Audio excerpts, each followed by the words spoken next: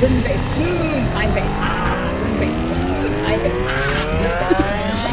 And it gets your face like warmed up. Super serious. Where nothing fun or funny ever happens. This is a super serious thing. I don't even like dogs. Super serious. Hello, everybody. Welcome back to another episode of Super Serious Dog Podcast. Today, joining Courtney and myself is Pat Stewart. So welcome. Hello. Yay. Thanks for having me. Yeah, of course. So for our listeners who don't know who Pat Stewart is, he is the owner of... The guy off Star Trek? Yes, the guy off Star Trek. He grew out his hair. I didn't know he could. Yeah, and got younger. Lost 40 years. Found a time machine. Something about space travel and time being relative. I don't know. But no, Pat Stewart's the owner of Operant Canine, and he does a lot of really cool bite sports, which we've talked about on the show before. And he actually has his own podcast, little old podcast called the Canine Paradigm. You may have heard me talk about it about 1,000 fucking times on this show. So yeah, welcome for being our resident expert today. Thanks for having me. I'm excited. All right, Pat. So icebreaker question. You got two dogs, right? Valerie and Remy. Yes. When they fart, what kind of farts are they? Are they silent but deadly? Are they Valerie's are the self-startlers? worst. Okay. Actually, so Valerie does these terrible silent farts that are the worst you can imagine, but she saves them up through the day for like when we're going to bed at night. No.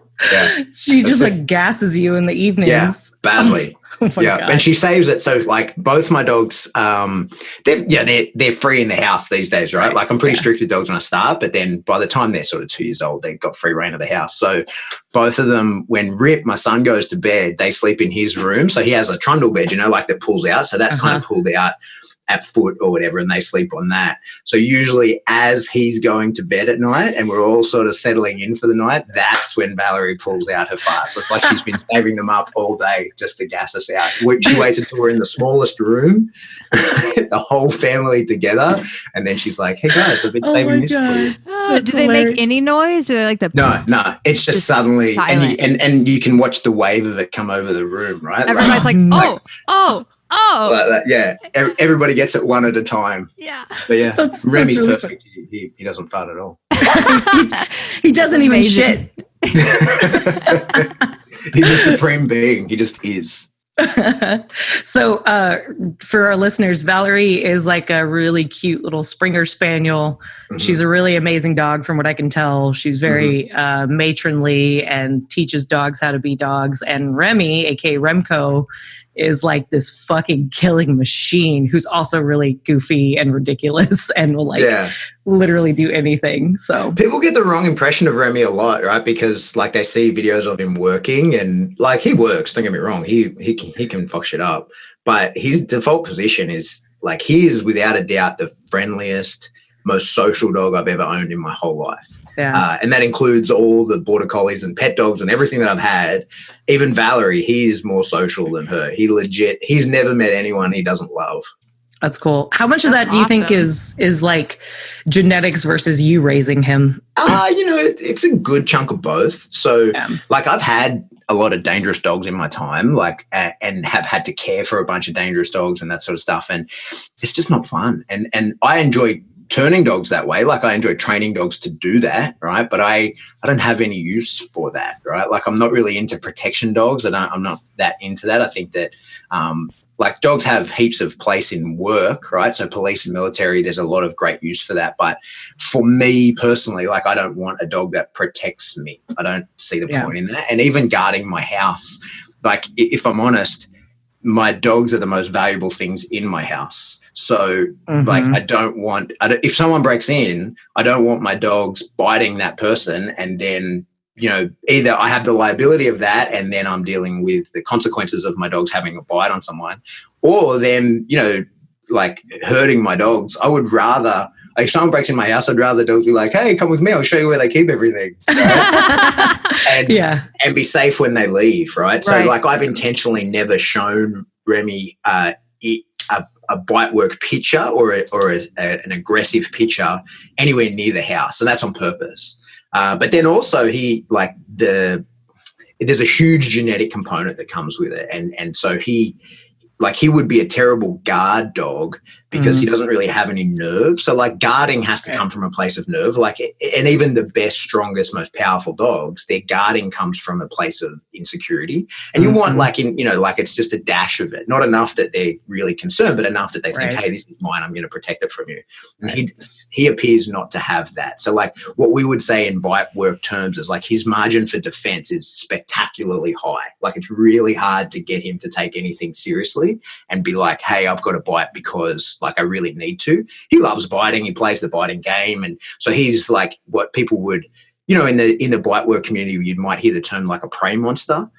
He would pretty much fall into that category, right? Like, so he's a dog that he wouldn't die in prey. Like that's the ultimate dog for some people, certainly for myself, as they talk about like a dog that will die in prey. Like, so he will fight till his last breath, but still doing it with the assumption that he's going to win.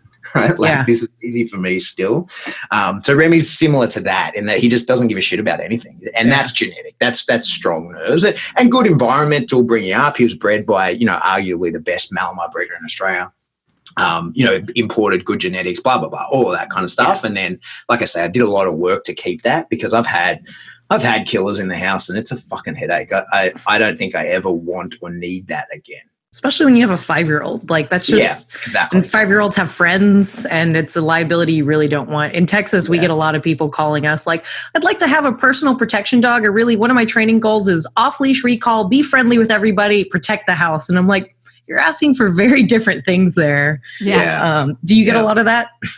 I do, and I don't do any of it anymore. Like I used to, and it was sort of as I was coming into the dog world, like I would take whatever work I could get, my mentor Bart always says in the start, you have to take the stinky deals, right? Yeah. But there's an element of that where you just think, a dog is, at the end of the day, it's a sentient being. It's not a robot, right? So you can't, you're leaving up to the dog to make decisions that some people struggle to make good decisions in that circumstance. Like how are you going to expect a dog to make good decisions in that circumstance? The other issue as well, like it's kind of not unspoken, but certainly not that commonly talked about in like protection dogs, like an actual dog that will fit that role.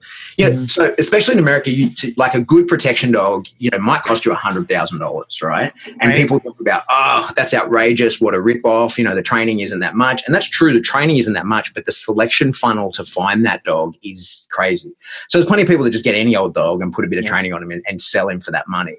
But the selection funnel to find a dog that actually is what you just talked about, friendly with everyone, blah, blah, blah, like can be around kids, recall perfectly, but also will actually perform the function of a protection dog.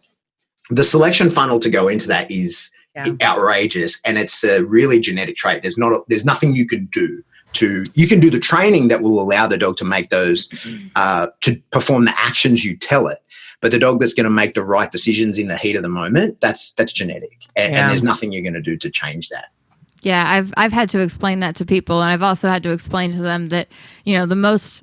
When it comes to personal protection, a big part of the dog's job is to just be a deterrent.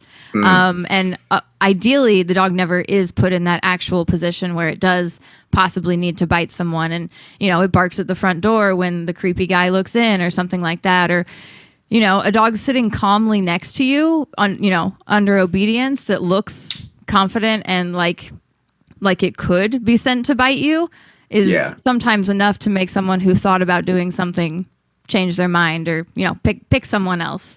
Totally right. And I think something that, I learned from my army days is that 90% of security is perceived, right? Yeah.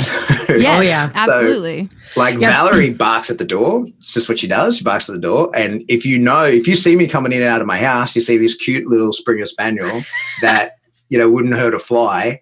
And you see the big killer walking around, like staunch walking around the place. And when you knock on the door, you assume that that's him going off in there. But truth is, he's asleep on the couch. He don't even get off the couch, right? And that's her. And she barks like a real proper big girl defensive bark, right? You wouldn't know it's a Springer Spaniel that's going to cuddle you even if you come in. Yeah. But so like I say, it's 90% of security is perceived. Yeah, like those stickers like on your house that are like, oh, this is protected by blah, blah, blah security company. It's like that's all just a show. Like, I don't give a shit about that. I know so many people who just put those signs in their yards and their windows, even though they don't actually still pay the bill for that. You know what I mean? Like, right. Exactly. So Courtney, we had some questions for Pat. Oh, on social medias. Yeah. Do you have those? Yeah. Let's pull those bad boys up. Well, I know one of them off the top of my head, right off the bat, and that is, hey Pat, what are the dimensions of the box? Yeah. How annoyed are you by that question at this point? If at all, like, or has it like sort of, you hit a point of annoyance and now you're kind of like on the downward slope? I went over the tip of that, right? So because like we did that episode on the box, and there's a few things about that, right? So of our podcast, I think we're 130 something episodes in, right? And that box episode was episode 4. Yeah. So first of all, I'm a lot better at teaching because it's several years later and all I've done is teach in that several years, right? So like I'm much, much better at it. Yeah. But also when we did that, I think we had like 11 listeners, and now I think that episode's been downloaded like 40,000 times or something. So had I have known it was going to have the effect that it would have, I would have done it kind of different. Yeah. But the thing is, I do say the fucking dimensions in the episode, and I also explain that the dimensions don't matter, right? And the thing is, as the podcast grows and the popularity of it keeps expanding, more people keep coming in. And so there was a period there where like episode 4 up to about episode 10 is where I say to people like, no one asked me. I'm never going to tell anyone ever again, right? Like, and it's a running joke for people like you who have been listening for a while, right? Yeah. But there's loads of new people every day. So I'm not joking, at least once a week, minimum once a week, I get either an email or a text message or something from someone saying, hey, what are the dimensions? At least now you have the discussion group on Facebook for your podcast. So like everybody else will jump on it. Man, and that group's a lifesaver, right? Yeah. But I think the issue with that group is there's a lot of in-jokes in there, right? Like that box one. So people will have the legitimate question. I feel bad for some people because they'll hear it, they'll join the group, they get in there and they're like, hey, I want to ask what the dimensions are. And they just get mercilessly, I mean, it's in good humor, but they don't know that because they don't know they're the butt of the in-joke. And if they can stay in for a couple of days, they get in on the joke, but I feel bad for people in the stuff. So the dimensions can we let our listeners in on the joke? Because they may not have heard the 4th episode of your podcast. Yeah. So what is the box? So the box is just, it's like a strength and conditioning, counter conditioning tool that we use. And so what I always kind of explain, up front is, I learned the box from Bart Bellin, who's, arguably the best dog trainer to ever walk the planet. And it's just a way to strengthen a dog, counter condition and bring your dog to sort of the maximum of its genetic potential, right? So I think there isn't a dog that can't benefit from the box technique as we teach it.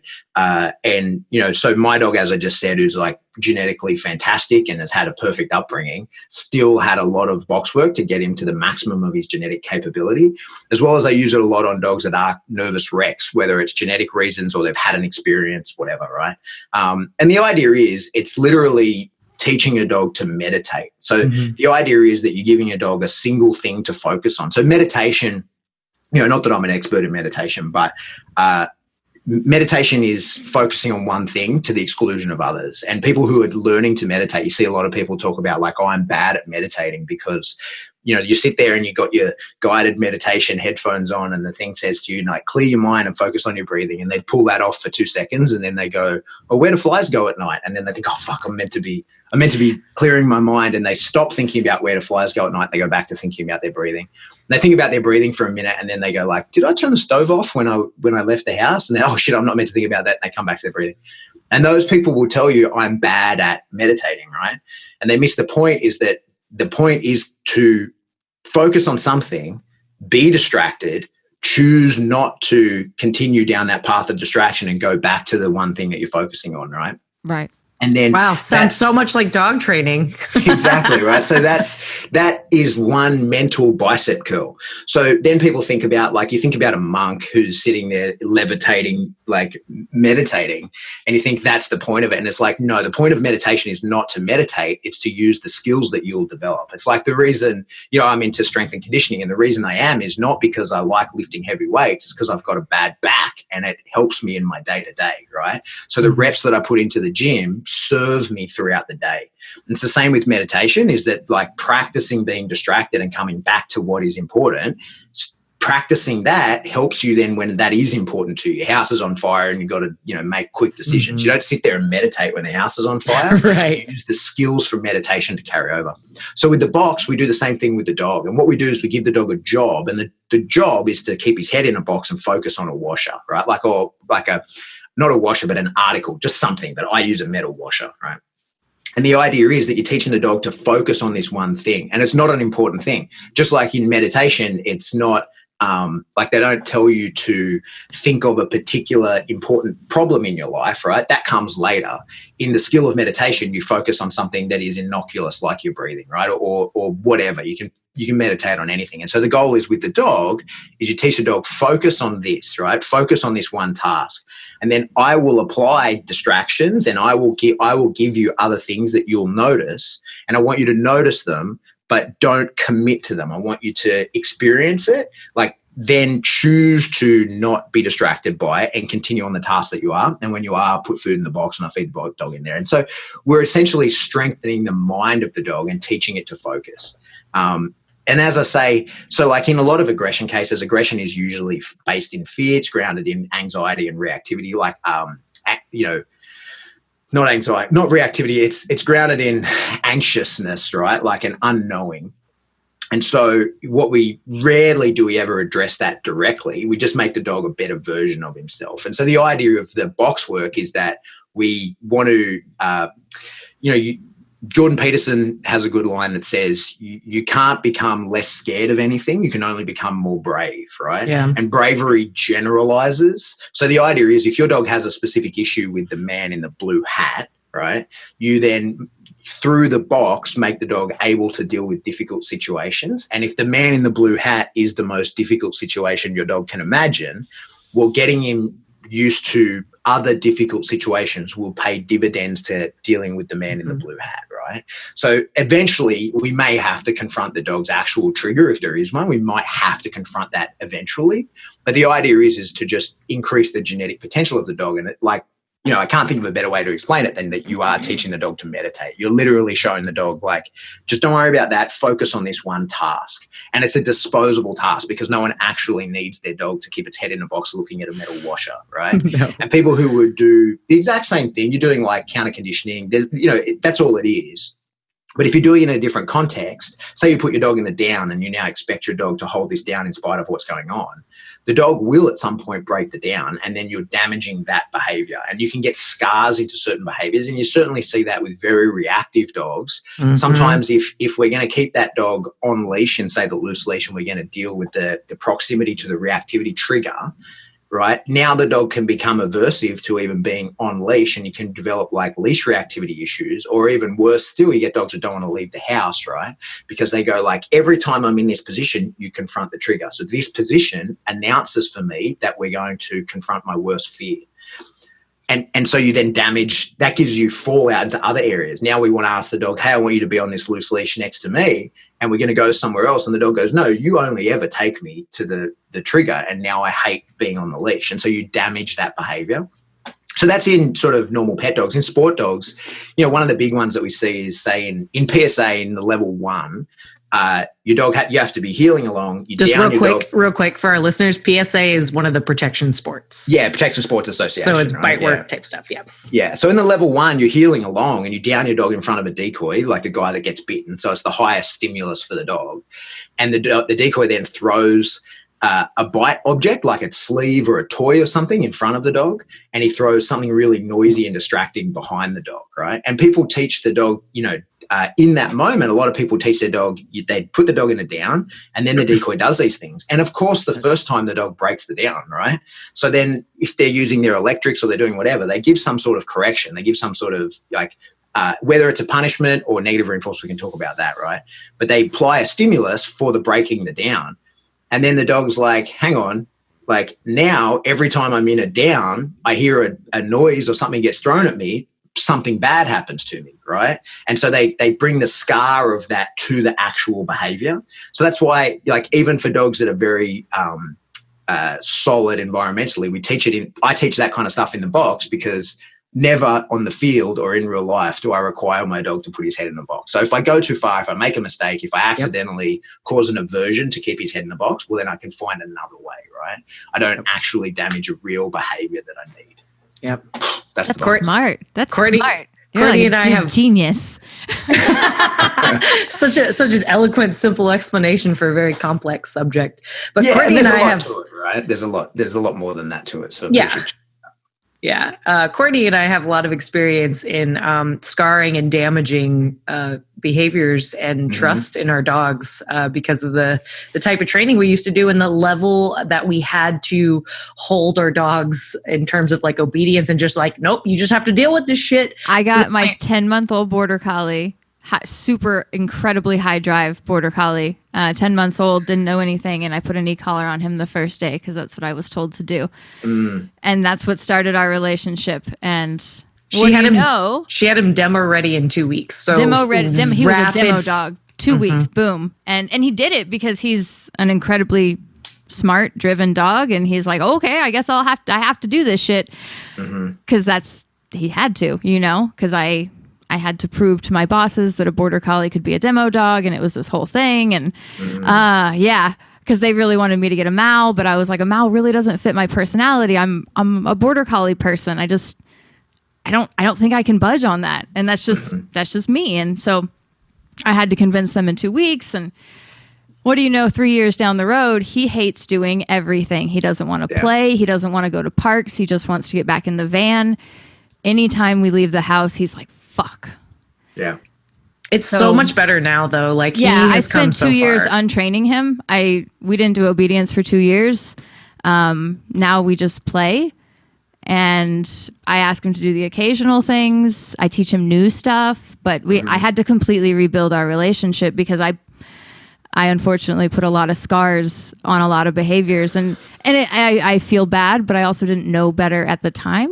And I luckily have learned since then, but the proof is right there in front of me and the dog. And we were talking about it the other day, is it sucks that there are clients that went on, after with their dogs, and they may have seen those fallouts down the road. I hope that faded, though. I hope all those people fell off the earth and was like, or at least with their training, they were like, you know what, I don't want to use this shit anymore. And then it all worked out, because that's usually inevitable with pets. But the thing is about dog training is every dog is practice for the next one. Right? Yep. And so I think as trainers, we're constantly evolving, and there's things now that I'll talk about and do, and then people will see me with my own dog do something different. I'm like, well, this is the way I'm doing it is not the best way. Right. And I know that. I'm practicing. I'm trying something. I've done it. Might not work. I've done it, and I'm not super happy with the results. And then with a client or a friend or someone in my club, I've then said, hey, let's try this new thing because I know the results of mine and it's functional, but it's not as good as I'd like. Let's try with yours. And now they're outperforming me in that action, right? Yeah. So that's our role as trainers, is like our own dogs, unfortunately or fortunately for them, are our stooges, right? They're our practice.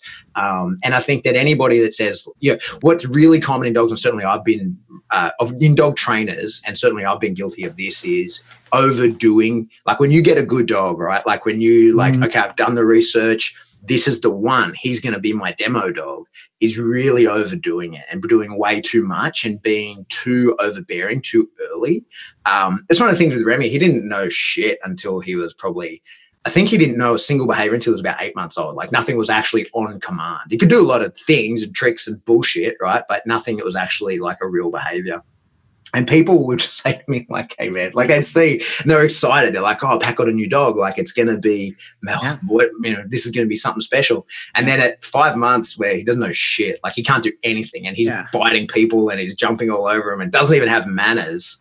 And people are like, I thought you knew what you were doing. And I'm like, no, I'm pretty confident I do. But with this dog, that's my youngest border collie, Phoebe. I got another border collie like 3 years ago, and the way I've raised her is completely different. And she still jumps on people, and I'm like, yeah, my dog jumps on people. If you don't want her to, tell her not to, and she won't. But like, Yeah. if Courtney you don't and I- stop her, she will. Yeah. Courtney and I don't talk care. about like, we always create our own monsters, and like all of our dogs are always an overcorrection for the other. So Reddy was super fearful with people, her first border collie. So Phoebe had to be the complete opposite. And now she thinks she's the best and she's number one and she's the fastest hiker ever. And like, it's totally different from Reddy. Right. It's much more free spirited and stuff. So it's been an interesting journey for sure. And it's nice that like, we have the capacity to be able to self-reflect. Cause I mean, I'm sure you know a lot of trainers who are just, they kind of get stuck and they're still doing the same shit for 20 years. And while that appeals to some people, it definitely has its downsides, because you should be adapting. You should be trying new things, because not everything's going to work for every single person. Yeah, that's right. And I think not everything works for every dog. So there's a lot of people who I get prompted a lot, like people want a training program, right? Like at week 1, be doing this, at week 2, be doing this. And at 2.5 years old, you've got a dog ready for this. And it just, there's people that do that and it works, right? But they also wash out a lot of dogs that don't fit that model. And they also like maybe don't produce the best product every time, right? And so for me, like I really try to avoid that, especially when people ask for, like how long should I do this? Like I might give someone a program and I never put any duration, like when it's ready, when it's done. Like, so when do I go from this step to this step? Well, that one's finished, right? Like it's not do 6 reps over 5 weeks. Like it's when you're happy with it and it's solid, then you go on to the next step. And that might, if you're really good and your dog's really into it, that might be today. Or if, you don't have the timing or the dog's not getting it, that might be in 6 weeks. Who knows, right? Yeah. And there's no end goal. I think that's one of the really wise things that most protection sports have is they have an age, a minimum age for the dog, right? So in PSA, there's 14 months. And so you cannot hit the field with a dog younger than 14 months because some dogs are ready much earlier, but they shouldn't be. So, Can I mature. Can I ask a really probably dumb question? Yeah, go for it. What does PSA mean? Oh, It's Protection Sports Association, right? Okay. Is what it is. And so, So it's just like PSA is kind of all over the world. There's all these different bite sports, right? And they originate in Europe, and so there's French ring. It comes from France. And they're actually trying to ban bite sports at the moment, so that's an issue. Ooh, and there's Belgian ring, right? So that's the Belgian one. And then there's Mondio ring, which is a kind of a conglomerate of a bunch of different things. Mm-hmm. There's Schutzen, which then became IPO, which is now IGP, which is German.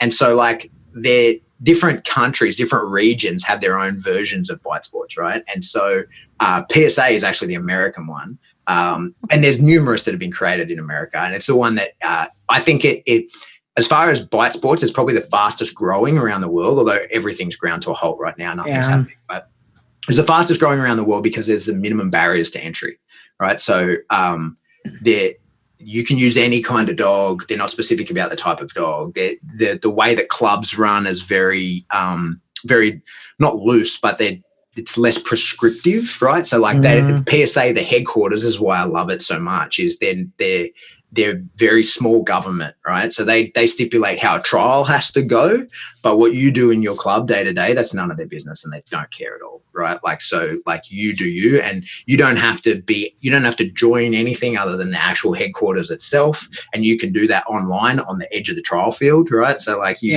don't need to have fucking sucked up to anyone and done all the bullshit to win the national championship. You don't have so you're saying that I could go to a PSA trial tomorrow with B-Town, fucking flick that shit on my phone, sign up, pay the fees, and then just walk on the field and fail, and it's totally acceptable. Wow. That's crazy. Well, right now, though, you would have a hard time. Not like right now, but so the trials that are happening at the moment, they're few and far between, and they are full. The instant they're announced, because people are missing trialing that much, and because they're then really limited by how many people they can have. It's tricky. But the PSA is designed that way. And the PDC, the entry level test, the protection dog certificate, is designed as a crossover sport. So it's designed that you could be doing any one of those sports I already mentioned, French ring, Mondio, IGP. You could be doing all those different sports and still pass in the PDC. Like they're so nondescript in how the behaviors have to be performed. So like the heeling, for example, in Mondio, they don't require a focused heel. The dog, most people don't teach that. There's only 6 points for heeling, right? So like it's not out of 100, right? Yeah. So, well, no, I think it's 240 in Mondio, right? So, okay, got it. Like, so there's only 6 points for healing. And, yeah, that's nothing. That's yeah, such a the small healing percentage. is like 10 steps, right? It's nothing. And then in one of the bite work scenarios, I have the defensive handler. So the decoys are doing stuff around you and you want the dog looking at the decoys, not at you, right? So a lot of people don't even bother teaching a head up heel. So as a result, in PSA, for the PDC, which is designed to be like anyone can play, we also don't require a focused heel. Right, so that by the time you get to level 1, we do, right. But if you're a Mondio competitor and you're driving past the trial field and you see a PSA trial, you could just get your dog out and go. And there's nothing in that. The dog can bite any of the targetable areas. There's nothing in that to exclude you, and that's why I love it, because it's the minimum barriers to entry. Nobody is looking to keep anybody out, right? Right. Which is what drives me crazy about the bite sports. It's a dying art, and everybody's trying to fuck everybody over, keep everybody out. A bunch of it, gatekeepers and stuff, just like, you don't know shit. Get out of here, kid. And like, exactly, you have to be somewhat open to the children. Like they are. You have to, and future. encourage them. And that's what I like. Not to make it the PSA podcast, but I love that about PSA because the headquarters of PSA are super inviting all around the world. And so if you start a club, like guys started a club in India, they've got Jerry Bradshaw, like one of the best he's the executive director of PSA, but one of the best trainers in the world, gets on a plane and at no cost to them goes and teaches them a bunch of shit. And like he has completely upskilled India's he gave India a working dog scene, like a sport dog scene. There was no sport dog scene prior to that, and has upskilled everybody in the country. Which is also fascinating.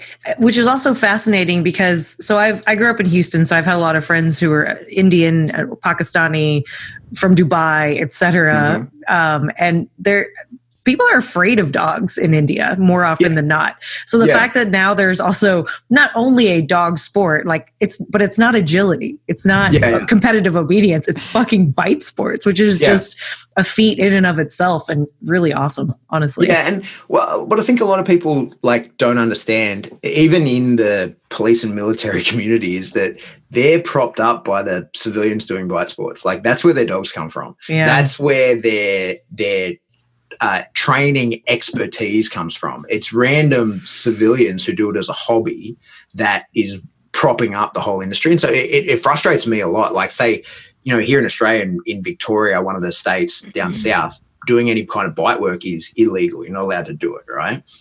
And as far as I have a good relationship with the Victoria Police and I do training with them and that sort of thing. But I think that they should be pushing to, avoid that. They need to be helping to overturn that because they buy their dogs off of civilians. I was going to say, if they have a canine unit, they should understand. A good one too. They've got a really good canine unit and they use it a lot. And so it's very difficult for them to source dogs. And the issue is then as well, people who are looking to raise, train, sell dogs to the police as a hobby or as a full-time job, you technically can't actually train the dog, right? And you can't proof the dog. And so the sport world is the proofing ground for the real world, right? Because in the sport world, if I breed a dog and he looks the goods and I've trained him and he looks like he's a killer and then he gets run off the field, right? Because it turns out that he doesn't have the courage that I thought. And in a surprise scenario, he gets run off the field. The decoy chases him back to the car and locks him in his crate. Well, that's very embarrassing for me. Yeah. But then me and the decoy shake hands afterwards and it's no big deal, right? Right. But if that was supposed to be an apprehension. Yeah, right? That's you. Now you got to pull your gun out, right? And now you turned what could have been a reasonably peaceful resolution, or at least a non-lethal resolution, becomes one, right? Mm-hmm. And so, that's the issue. We need that proofing ground for that to continue. But that's my rant about that. Well, on that note, That's all the time we have for today. If you want to hear more, definitely sign up for Patreon. We're going to have another hour-long conversation with Pat. If you like what you heard, definitely tell your friends about us, share it with everybody. And if you're going to leave us a review, tell us specifically why, what you liked. I got that from your episode, Pat. Yeah. So be specific in your reviews. Yeah, be specific about what you liked and what you got out of it. If you think we're hilarious, then tell us we're hilarious. Also, if you have questions, please remember you can always send those to superseriousdogpodcast@gmail.com. And if you're already a Patreon subscriber, you can also message us directly through the app. So thanks for listening, you guys, and we'll see you next time. Bye. Ciao. We always dance. Oh. You gotta dance. Bye.